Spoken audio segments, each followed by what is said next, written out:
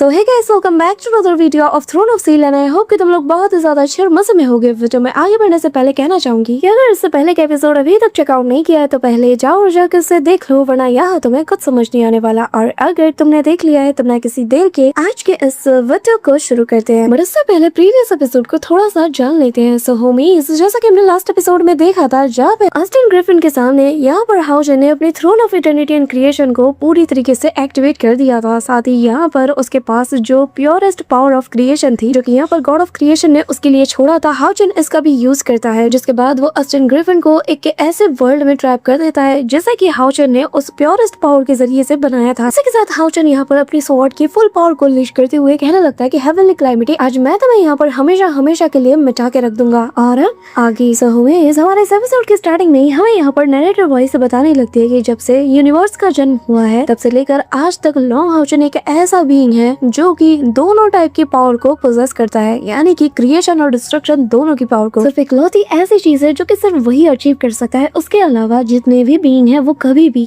उस चीज को अचीव नहीं कर सकते। इसी सीन के साथ हमें आज के एपिसोड का टाइटल दिखाया जाता है जिसका नाम है incarnating the world, erase the world again. और यहाँ हमें गॉड ऑफ डिस्ट्रक्शन यानी कि ऑस्टिन ग्रिफिन को दिखाया जाता है जो कि हाउजन को ही देखे जा रहा था। और यहाँ हाउजन की बॉडी फ्लोट होते हुए सीधा throne of eternity and creation के ऊपर आ जाती है। हाउजन अपनी आईज खोलता है और यहाँ पे इसकी डिवाइन पावर चारों ओर फैल जाती है। और वो वॉइस वापस हमें बताने लगते हैं कि लॉन्ग हाउजन ने अपनी पावर ऑफ क्रिएशन का यूज करते हुए वर्ल्ड को फॉर्ज किया, जिस वर्ल्ड के अंदर इस वक्त God of destruction Austin Griffin मौजूद है, यानी कि हेवनली कैलेमिटी। लेकिन जितना ये आसान था उतना ये आसान है नहीं, क्योंकि हाउजन ने न सिर्फ यहाँ इस वर्ल्ड को क्रिएट किया है उसे ट्रैप करने के लिए, बल्कि उसने आउटसाइड वर्ल्ड के जितने भी उसके कनेक्शन थे, जितने भी उसके बॉन्ड से, उन सभी को पूरी तरीके से कट ऑफ किया है। यही इसकी सबसे बड़ी कीमत है। तभी यहाँ पे हमें सैर को भी दिखाया जाता है। हाउजन अपनी आंखें बंद करके कहने लगता है कि मुझे माफ कर देना, लेकिन मुझे फर्क नहीं पड़ता कि आखिर मुझे कौन सी कीमत चुकानी पड़ रही है, लेकिन मैं आज हर हाल में इस चीज को खत्म करके रख दूंगा। आज हर हाल में मेरे सामने मेरे हाथों हेवनली कैलेमिटी का अंत जरूर होगा। इसी के साथ हमें वापस से वही सीन दिखाया जाता है जहाँ हाउजन निकालता है अपनी स्वॉर्ड को और यहाँ सीधा throne of eternity and creation के ऊपर चिल्ला के मारता है। और जैसे ही वो अपनी स्वॉर्ड को उसमें धसाता है ना, तो उसके ऊपर क्रैक पड़ने लगते हैं। और यह थ्रोन जैसे ही क्रैक होता है ना, तो इसका इम्पैक्ट काफी दूर दूर तक फैलता है। यहाँ पे ऑस्टिन ग्रिफिन जो कि कम्प्लीटली स्पीचलेस हो चुका था, वो बस यहाँ पे हाउजन की ओर देखे जा रहा था। उसे समझ नहीं आ रहा था कि आखिर ये कर क्या रहा है। पर तभी यहाँ पे हम देखते हैं कि जैसे ही थ्रोन शैटर होता है ना, तो इसके पीसेस हवा में ही बिखरे हुए नजर आते हैं और जिनके बीच में हाउजन खड़ा था। लेकिन यहाँ पे सिर्फ हाउजन ने अपने थ्रोन को शैटर नहीं किया, उसे डिस्ट्रॉय नहीं किया, बल्कि यहाँ उसने अपने सारे कनेक्शन, सारे बॉन्ड, सारे टाइज सबको खत्म कर दिया। और तभी यहाँ उसके पीछे हमें उसके सारी फीलिंग्स, उसके सारे रिश्ते को एक एक फ्रेगमेंट में दिखाया जाता है। जहाँ सबसे पहले हमें हाउजन और सैर को दिखाया जाता है। इन्होंने जो क्वालिटी टाइम्स एक दूसरे के साथ बिताए थे वो कहीं ना कहीं यहाँ शैटर्ड हो जाते हैं। साथ ही उसके दोस्त और उसके घर परिवार हर एक के साथ बिताए गए वो सारे पल यहाँ नजर आते हैं। लेकिन अब हाउजन ने इन सब के साथ जैसे अपने नाते तोड़ लिए। और तब जाके वो नरेटर वाइज हमें बताने लगती है कि हाउजन का जो सैक्रिफाइस है वो बहुत ज्यादा बड़ा है, क्योंकि उसने इस वर्ल्ड को बनाया ही इसलिए है जहाँ पर बस दो ही लोग रहेंगे, दो ही लोग एग्जिस्ट करेंगे, और वो है हेवनली कैलेमिटी और लॉन्ग हाउजन। इनके अलावा यहाँ पर कोई भी लिविंग क्रिएचर नहीं रहेगा। और यहाँ वो तब तक फाइट करता रहेगा जब तक कि वो पूरी तरीके से इसे मिटा ना दे। और इसके लिए उसने अपने सारे नाते तोड़ दिए हैं, वो नाते, वो बॉन्ड, वो रिश्ते जिससे कि उसने सबसे ज्यादा ट्रेजर किया है, जो कि इसके लिए सबसे ज्यादा इंपॉर्टेंस रखते हैं। अब तभी हम देखते हैं कि एक एक करके इसके नाते टूटने लगते हैं और जैसे इनका कनेक्शन खत्म होता है तो सारी यादें यहाँ पे नथिंगनेस में बदलने लगती है। इसी के साथ हाउजन फुल किलिंग इंटेंट के साथ अपनी दोनों स्वॉर्ड को तानते हुए उसकी तरफ बढ़ता है। ये देखते साथ ही यहाँ ऑस्टिन ग्रिफिन कहता है कि लॉन्ग हाउजन, तुम पूरी तरीके से पागल हो चुके हो, नहीं, तुम तो पूरी तरीके से सनकी बन चुके हो। अब तभी वो भी उसकी तरफ हमला करने जाता है और कहता है कि तुम मुझे मारने के लिए इस हद तक जाओगे, मैंने कभी नहीं सोचा था। इसी के साथ हम देखते हैं कि जैसे ही दोनों एक दूसरे से टकराते हैं तो यहाँ पर एक ह्यूज इम्पैक्ट रिलीज होता है जो कि सीधा आसमानों से जा टकराती है। पर ये दोनों रुकते नहीं, दोनों ही एक दूसरे के ऊपर अपनी स्वॉर्ड के जरिए से काफी अटैक्स करते हैं और ये इतना फास्ट होता है कि इन पर नजरें तक टिकाना काफी ज्यादा मुश्किल हो जाता है। इस दौरान हाउजन भी उसके ऊपर काफी सारे हमले करता है, लेकिन ऑस्टिन ग्रिफिन भी उसे बराबर की टक्कर देता है। अब हाउजन से फाइट करने के दौरान ऑस्टिन ग्रिफिन कहने लगता है कि यकीन नहीं होता कि तुमने मुझे यहाँ पे कैद करने के लिए इतनी बड़ी कीमत चुकाई, तुमने खुद को भी यहाँ पे कैद कर लिया। हाँ, अब तभी वो यहाँ पे हाउजन के ऊपर चला के एक स्लैश अटैक मारता है, लेकिन हाउजन बहुत इजीली इसके स्ट्राइक से बच जाता है और अब दोनों ही एक दूसरे के ऊपर जानलेवा हमला करने के लिए बढ़ते हैं। ये अटैक इतना ज्यादा फ्यूरियस था कि जब ये एक दूसरे से टकराते हैं यहाँ पर एक के बाद एक दे दनादन एक्सप्लोजन होने लगते हैं। पर तभी यहाँ पे एक सीन आता है जहाँ हाउजन का स्वॉर्ड इसकी बॉडी को काट देता है और ऑस्टिन ग्रिफिन की छाती के ऊपर एक बहुत बड़ा सा सा गहरा जख्म हम देख पाते हैं। लेकिन जैसा कि हम जानते हैं कि अस्टन ग्रिफिन काफी जल्दी रिकवर करता है तो वो ऑन द स्पॉट ठीक हो जाता है। लेकिन तभी हाउ चेन घुमा के इसके हाथ के ऊपर एक और अटैक करता है और इसे काट के रख देता है। अब यहाँ अस्टन ग्रिफिन हाउ चेन के ऊपर भी हमला कर देता है। चेन के सीने के ऊपर भी घाव का एक जख्म देखा जा सकता था और तभी उससे कहने लगता है कि एक बात बताओ, तुमने इतनी मेहनत की, तुमने अपने लोगों को बचाने के लिए कितनी बड़ी कुर्बानियां दी, और क्या फायदा, एट द एंड तो सब तुम्हें भूल ही जाएंगे। हाँ, ये कहते हुए वो पागलों की तरह हंसता है और अब ऐसे ये दोनों वापस एक दूसरे के ऊपर हमला करते हैं। लेकिन हाउ चेन उसके किसी बात का जवाब नहीं देता। लेकिन इस दौरान फाइट करते करते इंटेंसली ये लोग इतना ज्यादा अटैक कर देते हैं कि ऑन द स्पॉट इनकी बॉडी पर इन्हीं के किए गए अटैक के कट्स के निशान देखने को मिलते हैं। जहाँ अस्टन ग्रिफिन को तो सबसे ज्यादा चोट लगी थी, लेकिन उसकी रीजनरेटिंग की स्पीड काफी ज्यादा फास्ट थी, जिसके चलते वो लगातार हील करता रहता है। यहाँ हाउ चेन की हालत भी बहुत ही ज्यादा खराब हो चुकी थी। यहाँ पे इनके बीच बैटल काफी दिनों तक चलता रहता है। यहाँ पे इनके बीच ये बैटल काफी अरसे तक चलती रहती है और इस दौरान इनके कपड़े वपड़े भी काफी ज्यादा फट चुके थे और बार बार अस्टन ग्रिफिन उसके ऊपर हमला करते हुए यही कह रहा था कि तुम जिस वर्ल्ड को बचाने के लिए प्रोटेक्ट कर रहे हो उस वर्ल्ड में तो तुम एग्जिस्ट भी नहीं करते और वहाँ के लोगों को खबर तक नहीं है कि यहाँ पे तुम क्या कर रहे हो और वो वक्त के साथ तुम्हें भुला देंगे या शायद भूल भी चुके होंगे। तुम्हारे जैसा बेवकूफ तो ढूंढने से भी ना मिले। अब ये सुनकर हाउ चेन कहता कि मैंने तुमसे कहा था कि चाहे जो हो जाए, मुझे जो भी कीमत चुकानी पड़े मैं चुकाऊंगा, लेकिन मैं तुम्हें आज यहाँ पे खत्म करके रहूंगा। मैं उस वर्ल्ड को प्रोटेक्ट करना चाहता हूँ जो वर्ल्ड मेरे बिना ही आगे तक सर्वाइव करता रहेगा, कैसा वर्ल्ड जो कि मेरे बिना ही रहेगा। तभी हम देखते कि अचानक से सब कुछ यहाँ पे फ्रीज हो जाता है। जब हाउ चेन उसके ऊपर हमला करने जाता है तो लिटरली यहाँ का कंकड़ बिल्कुल फ्रीज हो चुका था सिवाय हाउ चेन और अस्टन ग्रिफिन के। अब तभी यहाँ पे हम देखते हैं कि अचानक से हाउ चेन के पीछे उसकी सारी यादें जिन्हें कि वो धीरे धीरे करके मिटा रहा था, उनसे अपने बच्चे कुछ कनेक्शन तोड़ रहा था। यहाँ पे तभी वो नरेटर वॉइस बताने लगती है कि हाउ चेन ने यहाँ पे खुद को इस हद तक मजबूर कर लिया है कि उसे पता है कि अगर उसे सारे कनेक्शंस को पूरी तरीके से डिस्ट्रॉय करना है, पूरी तरीके से खत्म करना है, तो उसे उसके हर एक वर्जन के हर एक टाइमलाइन में उसे अपनी इच्छा अनुसार सेम चॉइस बनाना होगा। जब हाउ चेन के सारे वर्जन अलग अलग टाइमलाइन के जब सेम फैसला यानी कि सेम डिसीजन लेंगे तब जाकर ही वो सही मायने में खुद के कनेक्शंस को खत्म कर पाएगा। अब तभी हमें यहाँ पर छोटे हाउ चेन का सीन दिखाया जाता है जिसके सामने हमारा God of light and hope यानी कि लॉन्ग हाउ चेन अपने ट्रू फॉर्म में था और वो उसे सारी बात बता देता है। यहाँ नन्हा हाउ चेन कहने लगता है कि एक बात बताओ, क्या मैं फ्यूचर में नाइट बन पाया? जिस पर हाउ चेन नाइट की तरह ही उसके सामने बिहेव करते हुए कहने लगता है कि बिल्कुल, और तुम शुरू से लेकर आखिरी तक एक नाइट ही रहे। अब उसकी बात सुनकर नन्हा हाउ चेन मान जाता है, जिसके चलते नन्हे हाउ चेन की जो भी टाइमलाइंस थी जब वो बहुत ज्यादा छोटा था और तभी उसकी मदर जो कि अपने बेटे के साथ रहा करती थी और उसे हमेशा नाइट बनने के लिए ट्रेनिंग करते हुए देखा करती थी, अचानक से जब वो अपने बेटे को प्यार करती है तो यहाँ से हाउ चेन की ये सारी मेमोरी यानी कि इस टाइमलाइन से छोटे हाउ चेन का जो वर्जन था वो कम्प्लीटली इरेज हो जाता है। वो बिल्कुल नथिंगनेस में बदल जाता है जैसे कि वो यहाँ पे था ही नहीं। तभी यहाँ पर जैसे ही हाउ चेन डिसअपीयर होता है उसकी मदर को काफी स्ट्रेन सा फील होता है। अब यहाँ से फिर कहानी आगे बढ़ती है और यहाँ ऐसे ही अपने दोस्त और बाकी के जितने भी बचपन की उसकी यादें थी वहाँ से हाउ चेन पूरी तरीके से गायब हो जाता है। इसी के साथ हम उस मोमेंट को देखते हैं जहाँ पर हाउ चेन अपने मास्टर को वो लेटर दे रहा था पर तभी अचानक से वो वहाँ से डिसअपीयर हो जाता है। तभी लिनसन के साथ जब वो पहली मुलाकात करता है तो यहाँ से भी वो डिसअपीयर हो जाता है, जिसके चलते लिनसन भी अब उसे अपने आसपास ढूंढने लगता है। अब ऐसे ही करते करते जिंदगी के हर एक पड़ाव, हर एक पहलू पर हाउ चेन का जब जो भी वर्जन रहा है एक एक करके वो सभी लोग हाउ चेन की बात मान जाते हैं और सभी लोग एक ही चीज डिसाइड करते हैं, जिसके चलते यहाँ पे हम हाउ चेन का वो सीन भी देखते हैं जब वो सीमा सियान से मिला था और यहाँ वो फाइट कर रहा था। लेकिन फाइट के दौरान जब सीमा सियान को हाउ चेन से मोटिवेशन मिली थी तभी यहाँ पे हाउ चेन उस पल से बिल्कुल उसकी जिंदगी से ही जैसे वो गायब हो जाता है। इसी के साथ हम वेंग युआन को देखते हैं जहाँ उसकी जिंदगी के उस मोमेंट से हाउ चेन गायब हो जाता है जिस दिन वो हाउ चेन से वो आइकॉनिक बैटल लड़ रही थी। बेसिकली यहाँ पर जिन की जिंदगी में भी हाउ चेन एक बड़ा इम्पैक्ट रखता है, जिसके चलते एक अलग टाइमलाइन शुरू होती है। वहाँ से हाउ चेन कम्प्लीटली डिसअपीयर हो जाता है। यहाँ पे हम हानियों को भी देखते हैं जहाँ वो हाउ चेन के सामने बिल्कुल सर झुका के नाइट की तरह खड़ा था और इस सिचुएशन से भी हाउ चेन कम्प्लीटली डिसअपीयर हो जाता है। तभी यहाँ पे हम उस मोमेंट को देखते हैं जब चेरी और यहाँ पे वेंग युआन दोनों के बीच में थोड़ी नोक झोंक हो जाती है और तब हाउ चेन चेरी को समझाने के लिए वहाँ पर उसे जैसी आवाज देता है और चेरी पलटती है तो तब चेरी की लाइफ के उस मोमेंट से हाउ चेन कम्प्लीटली डिसअपीयर हो जाता है। अब यहाँ पे इन सबको हमें दिखाया जाता है तभी सीन शिफ्ट होता है और यहाँ हम हाउ यू को देखते हैं जो कि यहाँ पर हवा में उड़ते साथ ही जैसे ही जमीन में लैंड करता है तो यहाँ पर एक बच्चे की आवाज आती है जो कि चिल्लाती हुई कहता है कि हाउ यू, जरा खुद को देखो, तुम कितने ज्यादा बड़े हो चुके हो और वो भी इतने कम वक्त में। हाँ, यहाँ पे हम देखते हैं कि ये हमारा नन्हा हाउ चेन था। अब यहाँ हाउ यू अपने भाई को देखते साथ ही काफी ज्यादा खुश हो जाता है। वो उसे गले से लगाते हुए उसे लिक करना शुरू कर देता है। यहाँ पे हाउ चेन और हाउ यू काफी अच्छा क्वालिटी टाइम स्पेंड कर रहे थे। तभी हाउ यू के जो दो सिर थे वो आपस में फाइट करने लगते हैं पर तभी हाउ चेन कहने लगता है कि लड़ना बंद करो और ये देखो मैं तुम्हारे लिए क्या लाया हूँ। ये कहते साथ ही वो उन्हें खाना देता है, जो देख कर तो उसके सारे के सारे सिर ना उसी ओर झुकने लगते हैं जिस ओर हाउचन इन्हें झुकाता है। पर तभी जैसे ही हाउचन उस खाने को इनसे दूर फेंकता है तो सब के सब अलग होकर उस खाने की ओर लपक पड़ते हैं। पर यहाँ पे लिटिल ब्लू पीछे रह जाता है, ऊपर से नीचे गिर जाता है, जिसे देखकर हाउचन उसे कैच कर लेता है और वो रोने लगता है क्योंकि बेचारे को खाना नहीं मिला था। तो हाउचन उसे मछली का एक पीस देता है, जिसे पाकर वो काफी ज्यादा खुश हो जाता है। पर इस दौरान हम यहाँ पर लिटिल ब्लू को देख पाते हैं, जो कि आते साथ ही हाउचन को वो फिश लौटा देता है, जैसे कि उसने इसके लिए ही उसे पकड़ा हो, जो देखकर हाउचन काफी ज्यादा खुश था। तभी लिटिल ब्लू था ना, उसे भी ये चीज काफी ज्यादा अजीब लगती है कि है मुझसे ज्यादा उसे प्यार किया जा रहा है। तो वो भी हाउचन को अपने फिश का पीस दे देता है और दिखाता है कि देखो मैंने भी तुम्हें दे दिया। अब यहाँ हाउचन को इन दोनों की ये चीज बहुत ही ज्यादा क्यूट लगती है, वो दोनों को इक्वली प्यार करता है। और तभी हाउचन सभी से कहने लगता है कि चिंता मत करो, मैं तुम सभी के लिए बहुत सा खाना लाया हूँ, तो तुम लोग आराम से खा सकते हो। ये कहते हुए वो सारे के सारे फिश के पीसेस को हवा में उछाल देता है। अब ऐसे एक वक्त आगे बढ़ता है, वो यहाँ इनके साथ खेलना कूदना शुरू कर देता है। सबके सब काफी ज्यादा एंजॉय कर रहे थे। और तभी जब यहाँ पे हाउचन एक बॉल को किक मारता है तो वो सीधा जाकर लिटिल येलो के सिर पे लगता है। अब सभी लोग ये देखकर काफी ज्यादा खुश थे। तभी यहाँ पे ये लोग साथ मिलकर स्लाइड करते हैं और यहाँ हमें हाउ यू और हाउचन के साथ बिताए गए कुछ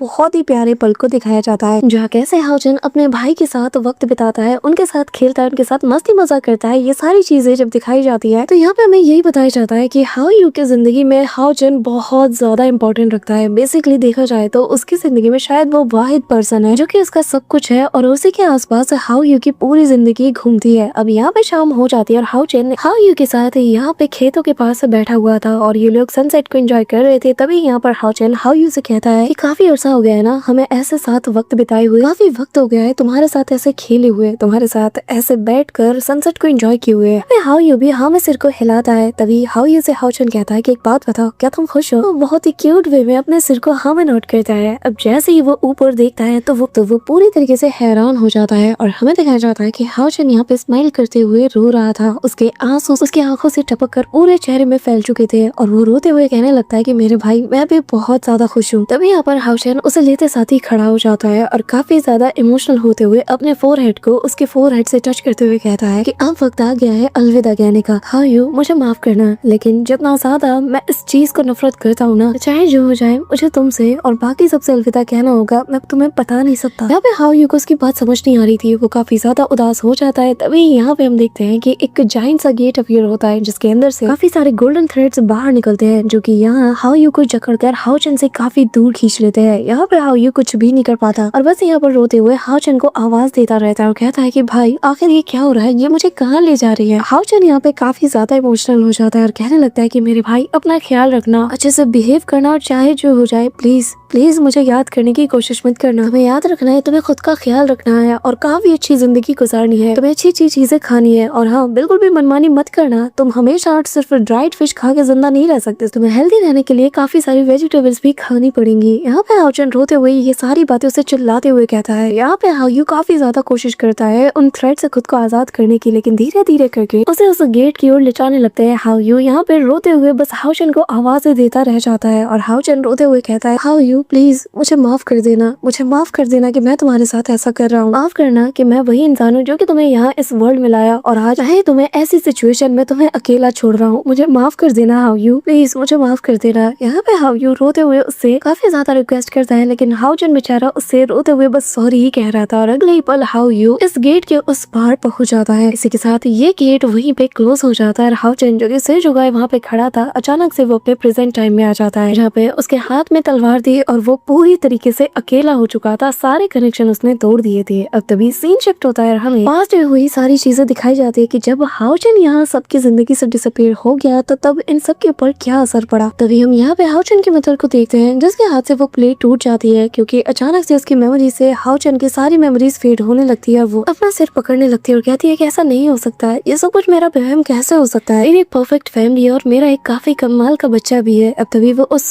पोर्ट्रेट की तरफ देखने लगती है जहाँ पर उस छोटी सी पोर्ट्रेट के अंदर वो, उसका हस्बैंड और हाउचन ये तीनों हुआ करते थे। बट सडनली यहाँ से हाउचन कम्प्लीटली डिसअपीयर हो जाता है और बस वो और हाउचन का फादर दोनों यहाँ मौजूद थे। यहाँ पे धीरे धीरे करके इसका सिर दुखने लगता है। वो सोचने लगती है कि क्या वाकई में ये सब कुछ मेरा बस एक वहम है। अभी हम यहाँ पे हाउचन के मास्टर को देखते हैं, जहाँ पर वो हर एक बच्चे को पकड़ पकड़ के उसे बहुत ही अच्छे से देख रहा था और वो कहने लगता है कि ऐसा नहीं हो सकता, मेरा एक डिसाइपल हुआ करता था जिस पर मुझे काफी ज्यादा प्राउड है और वो यही कही है। यहाँ पे शूनर को भी सेम वाइब आती है और वो कहने लगती है कि मेरा एक भाई होना चाहिए, एक ऐसा भाई जो कि सबसे ज्यादा काइंड है। शूनर काफी ज्यादा हताश होते हुए आसपास देखती है क्योंकि वो रियलिटी और अपनी फीलिंग इन दोनों के बीच का फर्क नहीं कर पा रही थी। यहाँ इंसान को भी हमें दिखाया जाता है और इसके ऊपर भी बहुत बुरा असर पड़ता है। वो यहाँ पर अपना सिर पकड़ के फ्रस्ट्रेट होते हुए बैठने लगता है और कहता है कि मेरा एक बेस्ट फ्रेंड हुआ करता था, एक ऐसा बेस्ट फ्रेंड जिससे कि मैं सबसे ज्यादा भरोसा करता हूँ, यहाँ तक कि अपनी जान भी उसके लिए दांव पे लगा सकता हूँ। मेरा वो बेस्ट फ्रेंड कहाँ है? इसी के साथ हाउचन और लिंसन का कनेक्शन टूट चुका था। लिंसन यहाँ पागलों की तरह उसे ढूंढने लगता है। वही दूसरी तरफ हानियो वो भी कहता है कि मुझे पूरा यकीन है कि मेरी जिंदगी में एक ऐसा पर्सन हुआ करता था जो कि सबसे ज्यादा अलग है, जिसने मेरी पूरी जिंदगी के सिनेरियो को ही चेंज करके रख दिया, मेरी जिंदगी को देखने का नजरिया जिसने बदल दिया, ऐसा इंसान जिसने मेरी पूरी जिंदगी बदल दी, आखिर वो कहाँ गायब हो सकता है। यहाँ हम चैटी को भी देखते हैं और वो भी सेम चीज कहती है कि मुझे हमेशा यही लगता था कि मेरे पीछे कोई है जो कि मुझे हमेशा प्रोटेक्ट करता रहेगा। जब मैं पीछे मुड़ के देखती हूँ तो मैं किसी को नहीं पाती, पर मुझे हमेशा यही फीलिंग आती है कि वो आज भी मेरे साथ है, मेरे पीछे ही मौजूद है और मुझे पता है ये बस मेरा वहम नहीं हो सकता। इसी के साथ हम यहाँ सीमा सियान को भी देखते हैं और वो भी सेम चीज कहता है कि जब तक वो एग्जिस्ट करता है तब तक मुझे आगे बढ़ने से कोई नहीं रोक सकता और कोई भी मुझे यकीन नहीं दिला सकता कि ये सब कुछ बस एक वहम है। जानता हूँ वो यही है, हमारे आस पास ही है। वेंग युआन यहाँ हाउचन को याद करते हुए कहती है कि मुझे पूरा यकीन है कि वो पर्सन जहाँ कहीं भी है वो वहीं से हमें देख रहा है, चाहे जो हो जाए ये वहम हो ही नहीं सकता। वो पर्सन कभी भी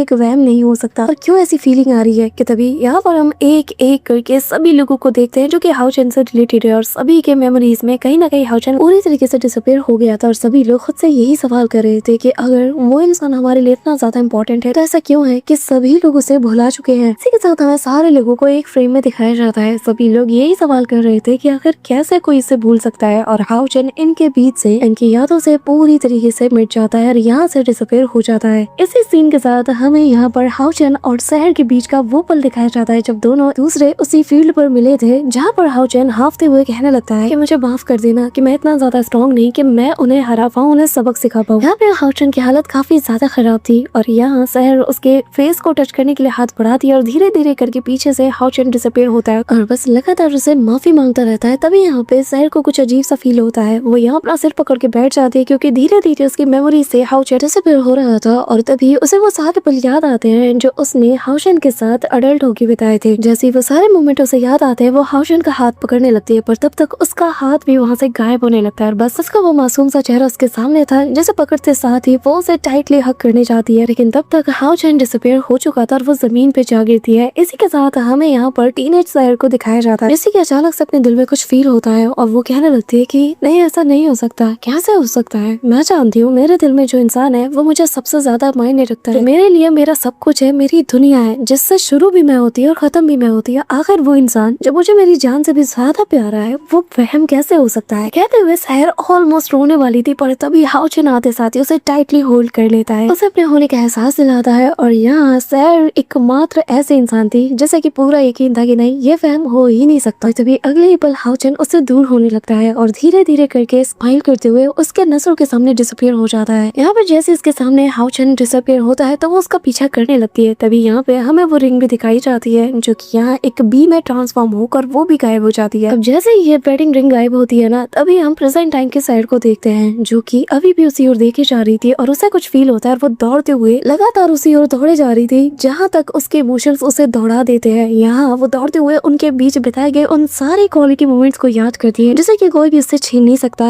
और यहाँ पे उस मोमेंट को याद करती है जब हाउचन ने उससे अपनी फीलिंग का इजहार करते हुए उसे किस किया था और ये सारी चीजें उसके याददाश्त जाने से पहले की है। किसी के साथ हमें इनके बीच का फिर सेकंड किस और ऐसे ही थर्ड किस, ये सारे मोमेंट दिखाए जाते हैं। और मैंने कहा था ना कि सैर वहां तक दौड़ती रहती है जहां तक उसके इमोशन, उसकी फीलिंग्स उसे दौड़ाते रहते हैं। और यहाँ हम देखते हैं कि छोटे से लेकर हाउचन के हर एक वर्जन तक सैर हमेशा उसे फॉलो करती हुई आई है और धीरे धीरे जैसे जैसे हाउचन ग्रो करता जाता है उसकी जिंदगी में उसने हाउचन के जितने वर्जन के साथ अपना वक्त बिताया है वो उन हर एक वर्जन को चेस करती है अपने अलग वर्जन में। हर एक टाइमलाइन में सैर हमेशा हाउचन को चेस ही करती रहती है क्योंकि वो मान ही नहीं सकती कि वो सच इससे प्यार करती है वो एक गलत फहमी। सहर यहाँ पे दौड़ते हुए बस एक ही बात कहती है कि जिस पल से मैं तुमसे मिली हूँ ना, मेरे सोल के साथ ये वादा जुड़ चुका है, वो वादा जो कि हमने साथ मिलके किया था। अब तभी वो हवा में जम करते हुए उस बी को पकड़ लेती है, यानी कि इनके वेडिंग रिंग को, और वो उसे टाइटली होल्ड करते हुए कहने लगती है कि मुझे मत भूलना, यही हमारा वादा है कि हम एक दूसरे को नहीं भूलेंगे, सिचुएशन चाहे जो भी हो। और हाउचन के प्रति सहर का ये प्यार उसे फाइनली उस जगह पर ले आता है जहाँ हाउचन खड़ा था। उसके हाथ में इनकी वेडिंग रिंग थी और सहर भी हाफते काफते उसके पास पहुंच जाती है। जिसके बाद सहर यहाँ पे रोते हुए कहने लगते है कि तुम एक नंबर के झूठे हो, तुम्हें शर्म नहीं आती। पर तभी एक तेज आंधी का झोंका आता है जो कि उसे पीछे ढकेलने की कोशिश करता है, लेकिन सहर उस वेडिंग रिंग को अपने हाथों में थामे हुए उसकी ओर बढ़ने लगती है और कहती है कि तुमने वादा किया था, तुम झूठे हो, तुमने कहा था कि तुम वापस लौट के आओगे। मुझे ऐसे फर्क नहीं पड़ता कि तुमने किस चीज के लिए, किसके लिए ये फैसला लिया है। ये दुनिया भले कितनी मर्जी खूबसूरत क्यों ना हो जाए, कितनी ही ज्यादा अच्छी क्यों ना हो जाए, लेकिन मेरी दुनिया तुम हो। मेरी जिंदगी का तुम वो सूरज हो जिसके आसपास मेरी पूरी जिंदगी घूमती है। तो आखिर तुम मुझे छोड़ के कैसे जा सकते हो? मेरा सब कुछ तुम हो। तुम यहाँ पूरी दुनिया बचाने चले हो, मेरी दुनिया उजाड़ के। आखिर कैसे? तुम बार बार मेरे साथ ऐसा कैसे कर सकते हो? तुम मुझे फिर से पीछे कैसे छोड़ सकते हो? लो हाउचन, मैं तुमसे बात कर रही हूँ, मेरे सवालों का जवाब दो। यहाँ हाउचन कोई जवाब नहीं देता, वो लगातार आगे बढ़ता रहता है। और तभी हाउचन के पास जैसे तैसे सहर पहुंच जाती है और जैसे उसे टच करने वाली थी, ह्यूज सा इम्पैक्ट रिलीज होते साथ ही सहर को काफी पीछे ढकेल देता है। वो हाउचन का नाम जोर जोर से पुकारती है, पर तब भी वो कोई जवाब नहीं देता है। लेकिन तभी अचानक से दो लोग पीछे से सहर को थाम लेते हैं और ये और कोई नहीं बल्कि सहर के वो दोनों वर्जन थे, जहाँ वो सहर को पीछे से सपोर्ट देते हुए उसे इशारा करते हैं और कहते हैं कि तुम आगे बढ़ो। जिसके साथ ही वो दोनों उसे तेजी से पुश करते हैं और सहर काफी जोर से जंप करते हुए हाउचन के पास पहुंचकर उसे पीछे से हग करते हुए टाइटली होल्ड करते हुए सवाल करती है कि क्या तुम भूल गए कि मैं गॉड ऑफ डेथ हूँ, जिसकी मौत के ऊपर अधिकार है। और हाउचन, मैं अपने गॉड की कसम खा के कहती हूँ कि मरने के बाद भी तुम्हें और मुझे कोई अलग नहीं कर सकता। ये कहते हुए सहर रोने लगती है और तभी हमें हाउचन का सीन दिखाया जाता है उस वर्ल्ड में जहाँ पर सिर्फ वो और ऑस्टिन ग्रिफिन मौजूद है। यहाँ हाउचन की भी आंखें नम थी, उसके चेहरे पर आंसू थे और वो सहर के साथ वो सारे मोमेंट याद करते हुए रोने लगता है और कहता है यार मेरे से नहीं हो रहा। सो होमीज, इसी सीन के साथ आज का ये इमोशनल पार्ट यहीं पे एंड होता है। और ये इमोशनल पार्ट तुम्हें कैसा लगा कमेंट करके जरूर बताना। मिलते हैं नेक्स्ट वीडियो में, तब तक के लिए बाय।